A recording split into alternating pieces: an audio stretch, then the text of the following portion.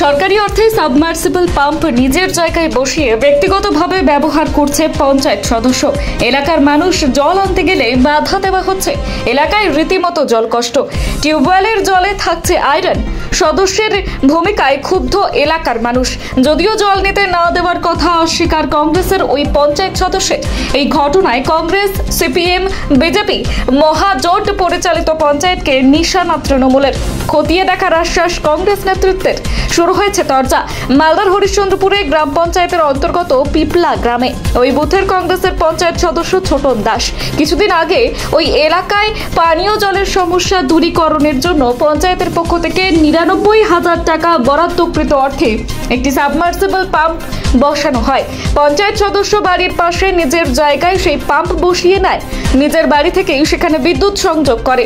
তারপর থেকে ওই সদস্য এবং তার পরিবারের লোকেরা ব্যক্তিগতভাবে পাম্প ব্যবহার করছে। স্থানীয়রা জল আনতে গেলে তাদের জল নিতে দেওয়া হচ্ছে না, দুর্ব্যবহার করা হচ্ছে তাদের সঙ্গে।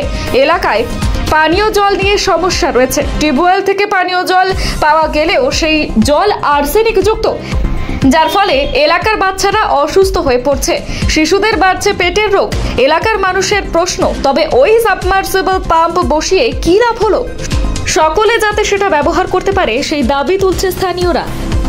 Bureau report, news hunt TV.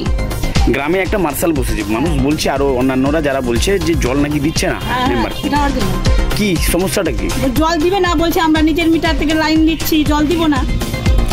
Martial বসাতে হবে, মার্শাল তো সরকার দিয়েছে। নিজের মিটার থেকে জল নিয়ে নাও এমনি বলছে। তাহলে জল কিভাবে খাচ্ছেন আপনারা? আমরা জল বাইরে থেকে জল নিয়ে আসি। হ্যাঁ, দূর থেকে নিয়ে আসি। মিটার, ওর নিজের মিটার আছে, নিজের মিটার থেকে দিবে না জল দিতে, বলছে মিটার লাগিয়ে জল নাও। মানে নিজেরা জল খাচ্ছে? হ্যাঁ, এখন সরকারকে বলতে হবে মিটার দিতে দেওয়ার কথা। মিটার দেন তারপরে জল দিবে, নাহলে তো আবার ঘেরে নিবে। নিজের জায়গাতেই করছে? হ্যাঁ, নিজের জায়গাতে আছে। ওটা কি নাম আপনার? ববিতা দাস সাহা। বাড়ি কোথায়?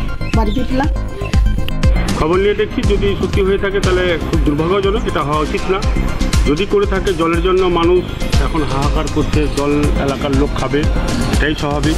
যদি এরকম কিছু করে থাকে মেম্বার সাহেব, তাহলে আমরা বলবো আধিকারিক তার তদন্ত করবে এবং যার প্রয়োজনীয় পদক্ষেপ নেওয়া দরকার সেটা নেওয়ার জন্য আমি অনুরোধ করব।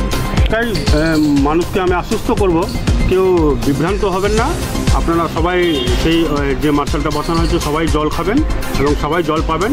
এর জন্য প্রয়োজনীয় পদক্ষেপ যা যা নেওয়া দরকার সেগুলো প্রশাসনিকভাবে নেওয়া হবে এবং তাকে ডেকে তার কাছে মানে প্রকোচ করা হবে এবং তার উত্তর দেওয়া হবে তাদের। সরকার যখন মার্শাল বসিয়েছে তো আমরা কেন জল পাবো না? আমাদের জল পাওয়ার ব্যবস্থা করে দেওয়া হোক।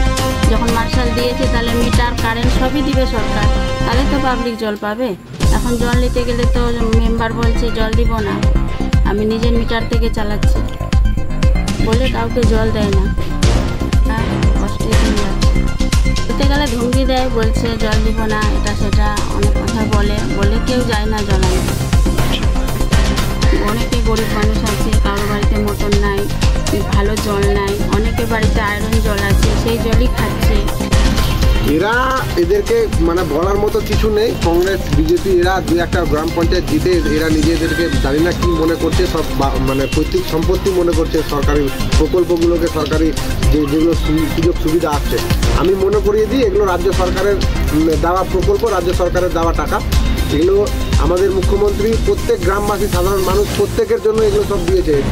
যে সাবমার্শালের অভিযোগ আমি শুনলাম যে সেখানকার কংগ্রেসের মেম্বার তারা মানে পৈতৃক সম্পত্তি মনে করে গ্রামবাসীকে সেই সুযোগ সুবিধা দিচ্ছে না, জল খেতে দিচ্ছে না। আমি প্রশাসনকে বলবো আইনানুগ ব্যবস্থা নিতে, সেখানে ব্যাপারটা খতিয়ে দেখতে এবং গ্রামবাসী যাতে সেই সুযোগ সুবিধা পায়, সেই জল পায়, সেই ব্যবস্থা করে দিতে।